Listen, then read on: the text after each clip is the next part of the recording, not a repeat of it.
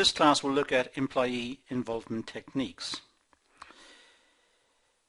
The importance of employee involvement has been widely recognized since McGregor's Theory Y management style.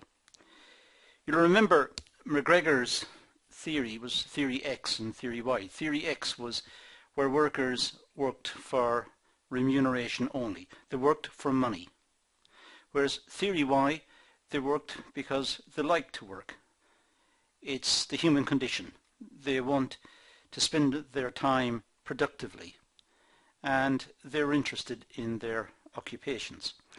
So ever since that time, there's been an interest in employee involvement techniques.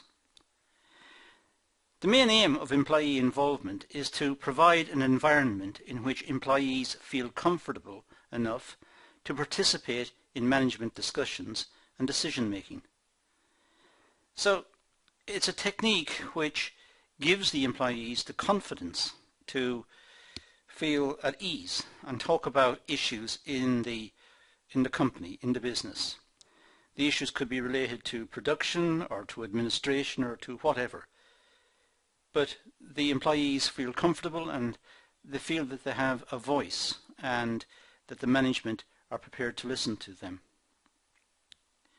Employee involvement is used by managers to motivate employees by giving them importance and making them feel that they are making a contribution to help improve their organization.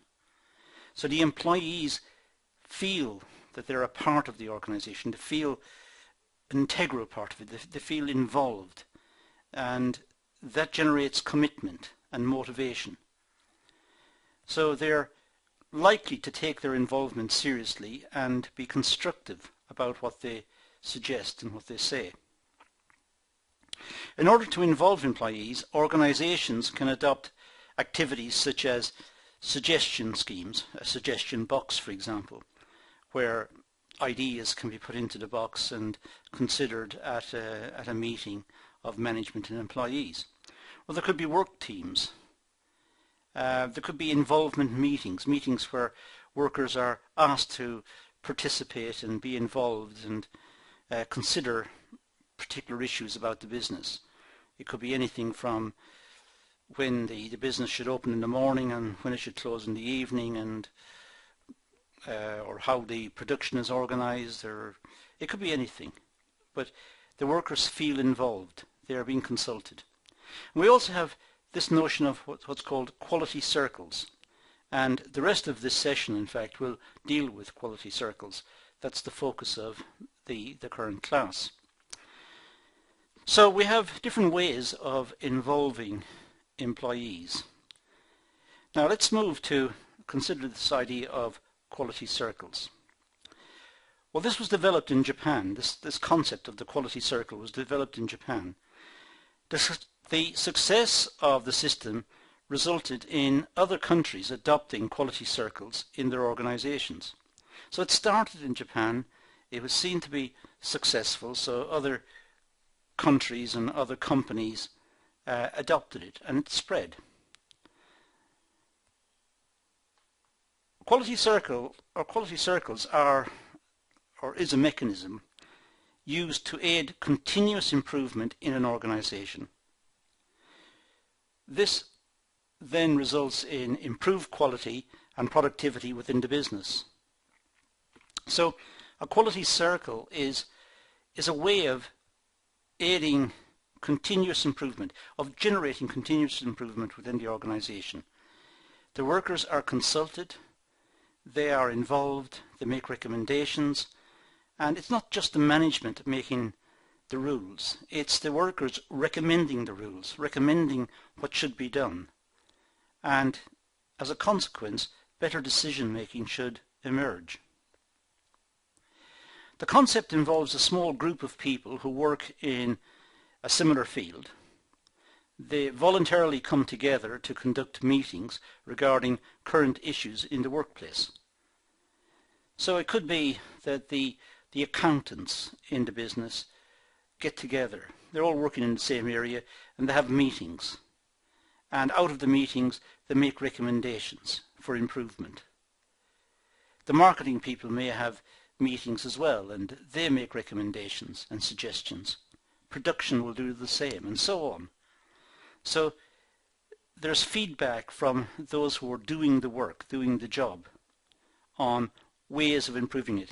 And as I said earlier, these do not have to be big schemes. These could be very small suggestions, but all of them lead to greater efficiency, and all of them should be taken seriously. The main agenda includes identifying a problem and then finding a solution. So the team meets, the people from a particular field of activity, they meet and they look at a problem and then they try to find a solution. They suggest alternatives to increase productivity, to improve the service quality, and to increase worker satisfaction and better working conditions. So they find a problem and they're trying to fix the problem. The problem could be something to do with the passage of work across the department.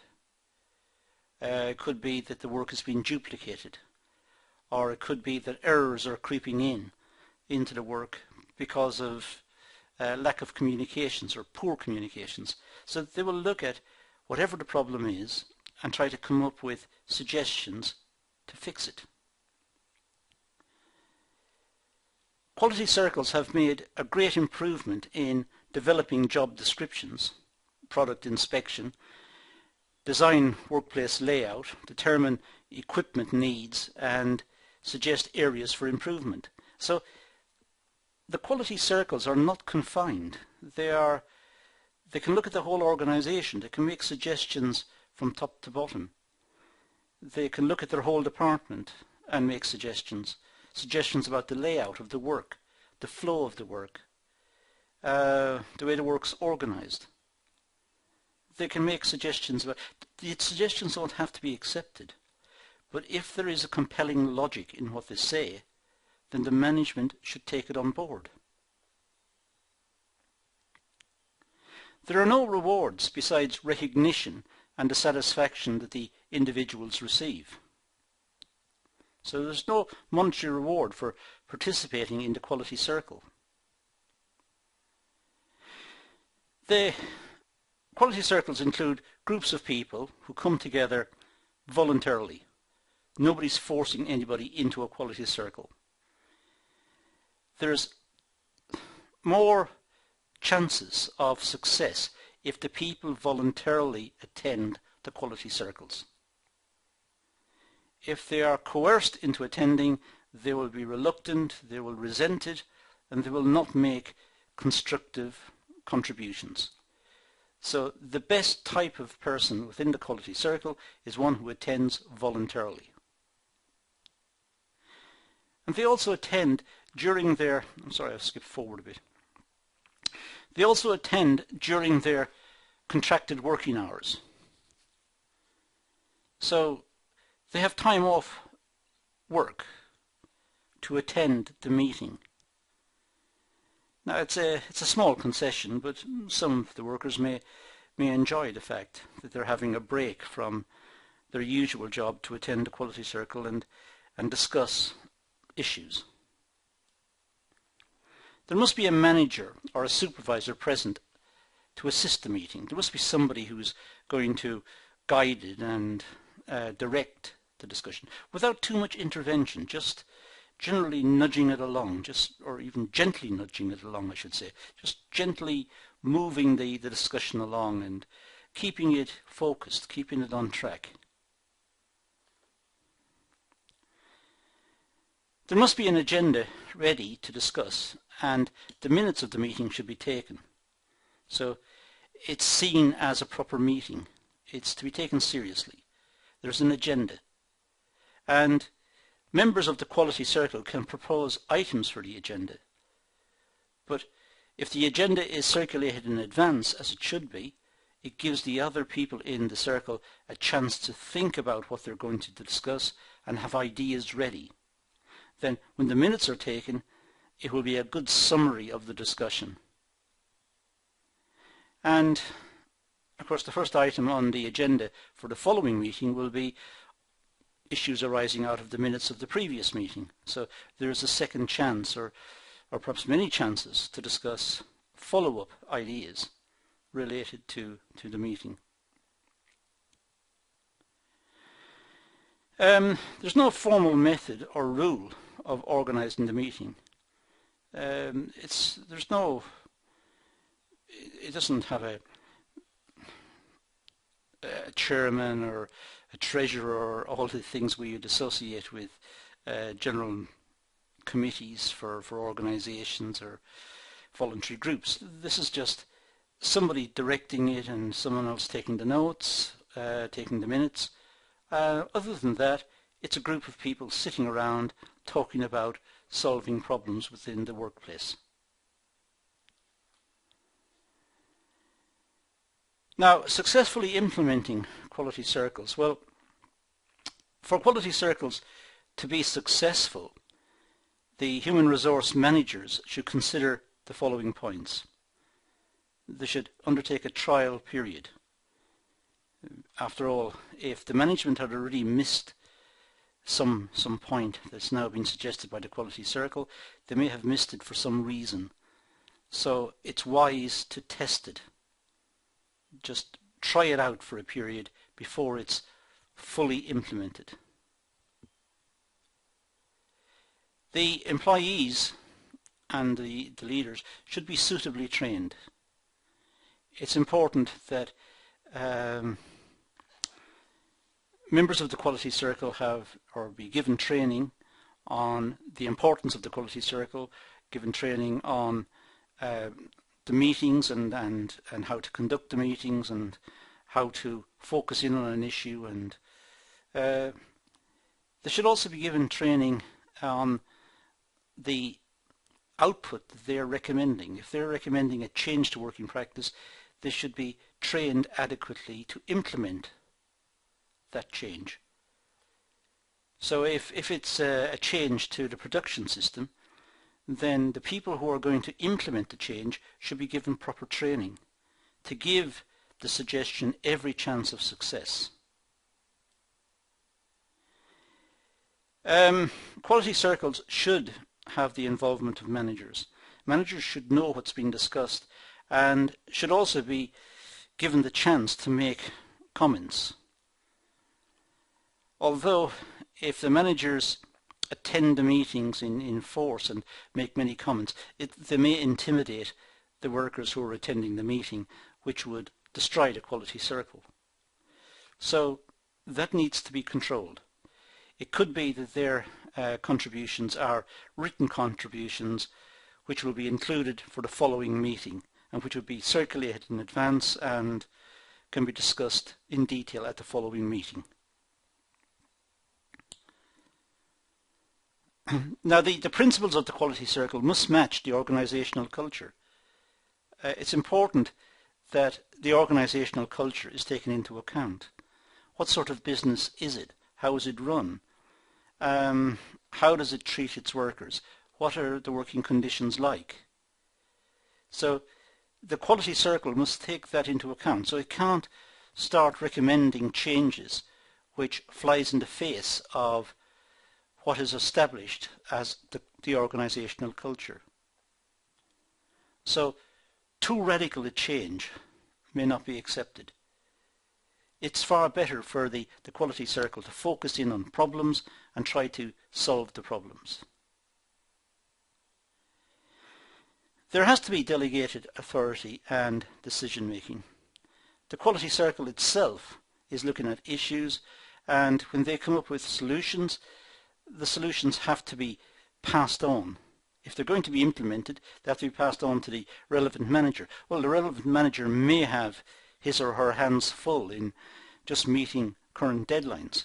So it may be that the suggestions have to be delegated to a member of the workforce, perhaps a member of the quality circle, who will be responsible for implementing the decision, and in particular over the trial period, as I said, point number 1.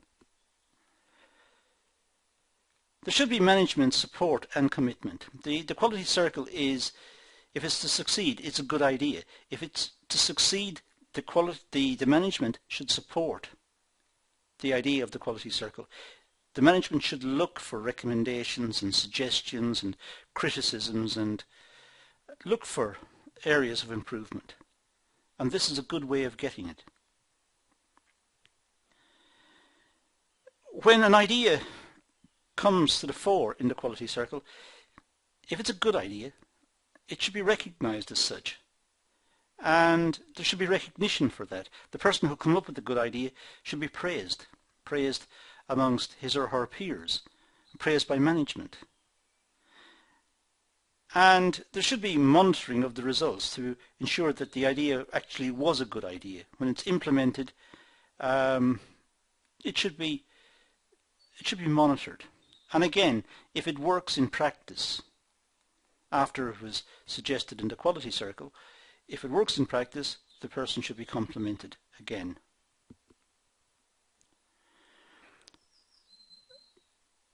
The quality circle must be relevant to the employee's work. It's a voluntary contribution. People are not going to attend if they don't see the benefit themselves. It must relate to what they do on a day-to-day basis. It must improve the quality of their work. It must improve the quality of the conditions under which they work as well. They should see efficiency gains, but they should also see a better working life for themselves. And they should realize that that came out of their own suggestions that they made within the quality circle. Now, the advantage of the quality circles, well, it aims to improve effectiveness and efficiency in the organization. In other words, it aims to achieve the goals.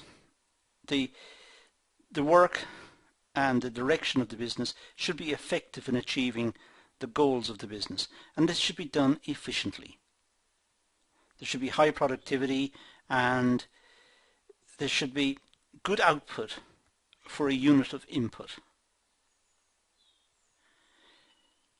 The employees have an opportunity to express their views and gain a better understanding of their job requirements. So there's more clarification for the workers as to what they're doing. And they feel a part of the business. They're integrated into the business. Their views are important. They're seen as important. So they feel that they are a part of the business. So they are more motivated.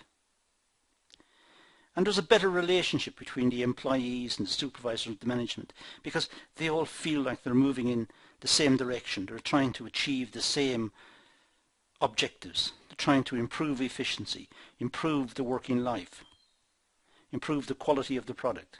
So they're all moving in the same direction. So there's a better relationship between them. There are disadvantages of the quality circle. Members of the group may disagree, and there may be disputes within the quality circle group. Some may think that something is a good idea and the others don't. So it can lead to disputes, which would have to be managed carefully. And employees may feel pressurized into attending meetings. Perhaps sometimes they don't want to attend the meeting, but they feel like they have to attend. So they're quite negative about the whole process. It is a voluntary scheme, and attendance is voluntary. So there should be no obvious pressure put on anyone to attend. If they don't want to attend, so be it. The quality circles occur during working time, and that of course can affect productivity because the workers are away from their place of work.